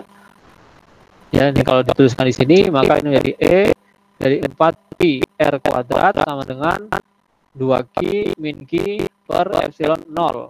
Sehingga E-nya sama dengan 1 per 4Q epsilon 0 Q per R kuadrat. Nah, ini adalah K Q per R kuadrat. Nah, jadi ini besarnya medan listrik di luar dari muatan.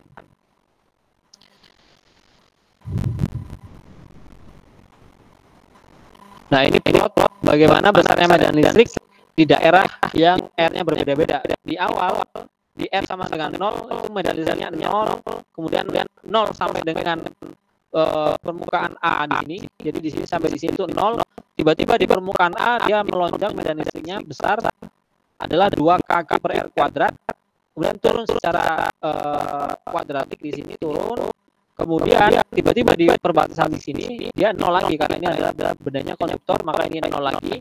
Kemudian naik lagi di permukaan ini sebesar K per R kuadrat di sini turun secara kuadratik sampai di jarak R sehingga nilai I-nya sama dengan 0. Nah, itu yang bisa saya sampaikan, masih ada waktu banyak, maka saya akan memberikan latihan ya, latihan. Tapi ini ada beberapa hal yang bisa menjadi kunci ya. Tapi dalam bahasa Inggris saya rasa kalian nanti bisa membacanya. Ini sudah bahas semua.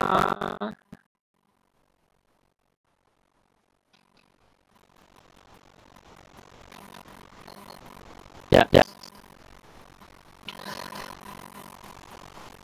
Atau ada yang mau ditanyakan kan?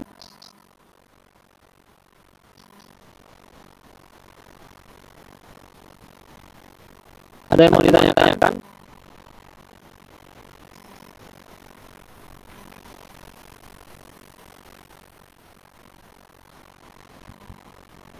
Ya, pastikan jaringan internetnya lancar ya, belum bagian ke atas.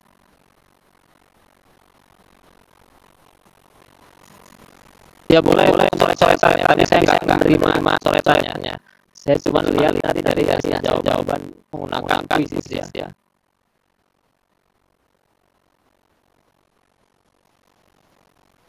Oke, yang kalian persiapkan adalah jaringan internet yang stabil ya. Saya nggak tahu nih ya, biasanya dalam kelas tapi semoga kalian punya kuota yang dari provider yang oke gitu ya. Oke, siapkan. Saya akan menggunakan kuis sehingga kalian hanya perlu scan barcode-nya atau nanti menggunakan kodenya masuk dalam kuisnya ya. Siap semua ya. Ya, belum. Ini nggak perlu login. Semoga nggak ada kendala ya. Kalian nggak perlu login. Nah ini kalau mau pakai kode masuk ke joinmyquiz.com, kemudian gunakan kode ini ya. Kalian di Zoom belum? Saya share ya. Apa sudah? Benar. Ya ini ya.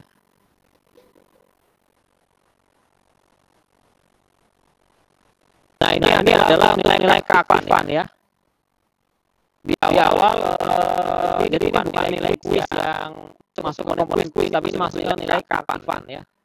Nilai keaktifan belum berapa persen di kontrak itu ya.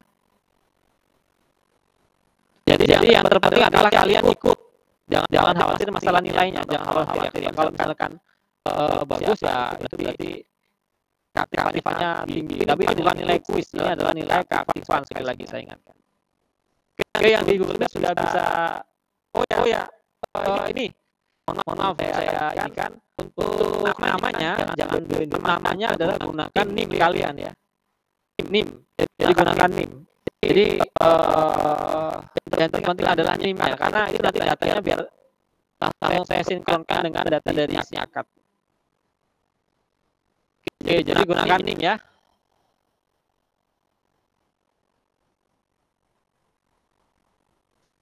Kalau mau ada stream namanya dipersilakan, tapi di bagian depannya harus NIM ya. Yang penting NIM.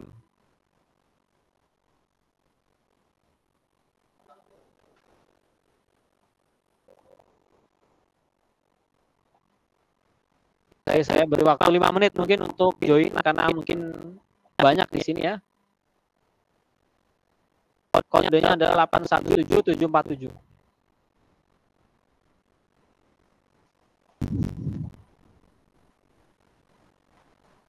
Boleh sambil membuka catatan nanti, tapi kalau bisa nggak usah kerjasama karena setiap partisipan nanti beda-beda muncul soalnya ya.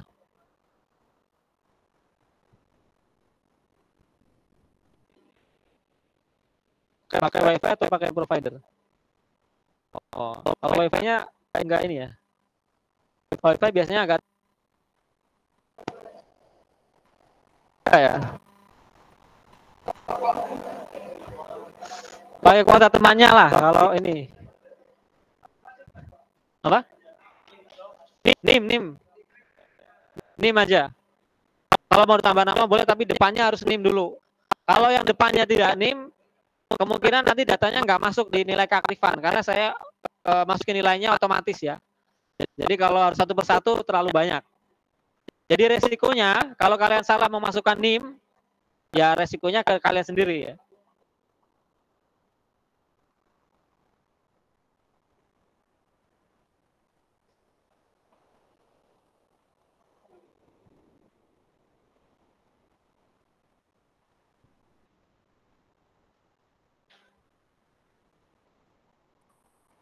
Oke ya, untuk kodenya dicatat, misalkan nanti ada yang telat masuk, tinggal masukkan saja kode itu ya. Kalau ada yang jaringannya nanti tiba-tiba keluar, masuk saja menggunakan kode 817747. Jadi bisa kita mulai. 107 ya, masih ada berapa nih harusnya nih?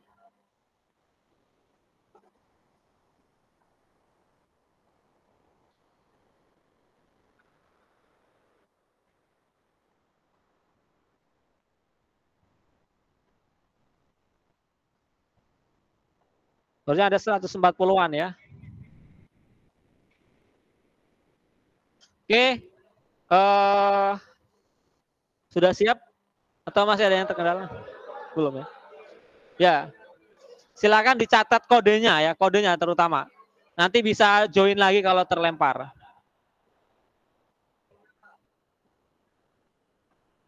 121 masih ada, belum semua join ya.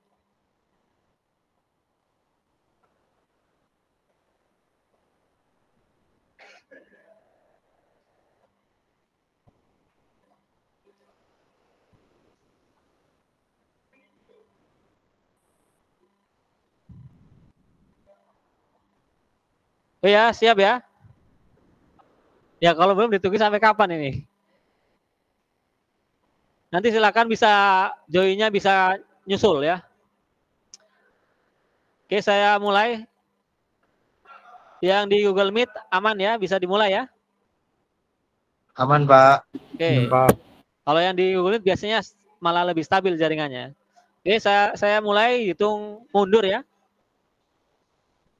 5, 4, 3, 2, 1.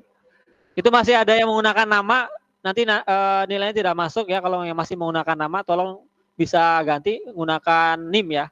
Gunakan NIM ya. Oke, saya mulai 1, 2, 3. Ya, silakan.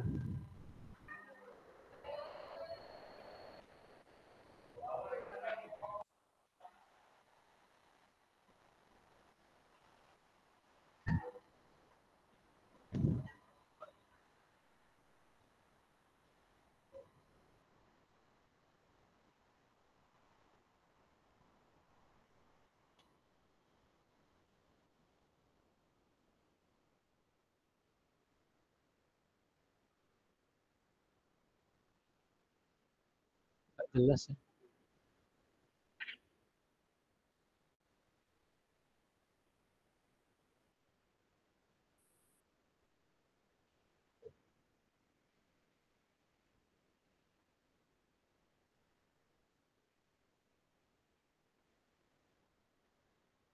Jadi ini sangat ini ya, yang skornya tinggi itu jawabannya yang tepat dan cepat.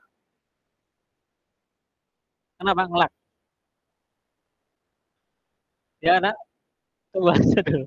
Saya nggak bisa bantu kalau kayak gitu.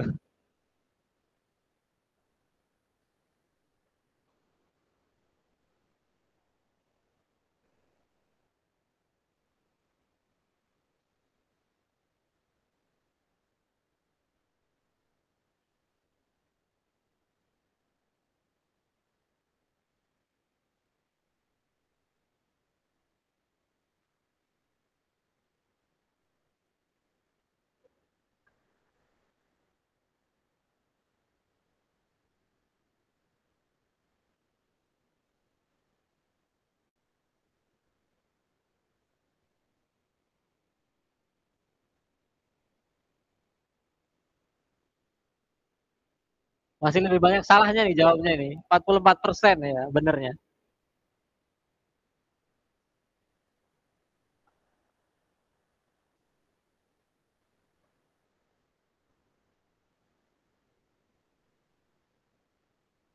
Loh, soal itu kali.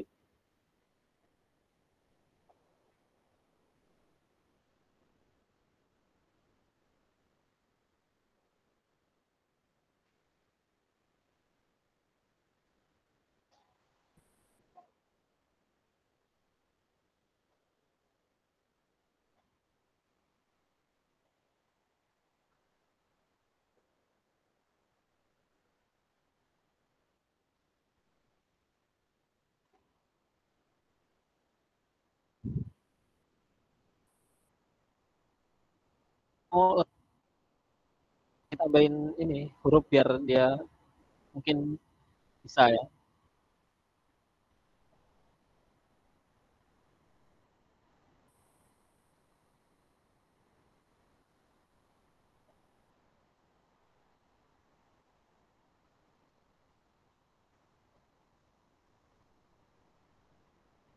Dia semakin turun ya tingkat akurasinya. Jadi 41% jawaban benarnya itu. Sebagian besar dijawab salah berarti ini.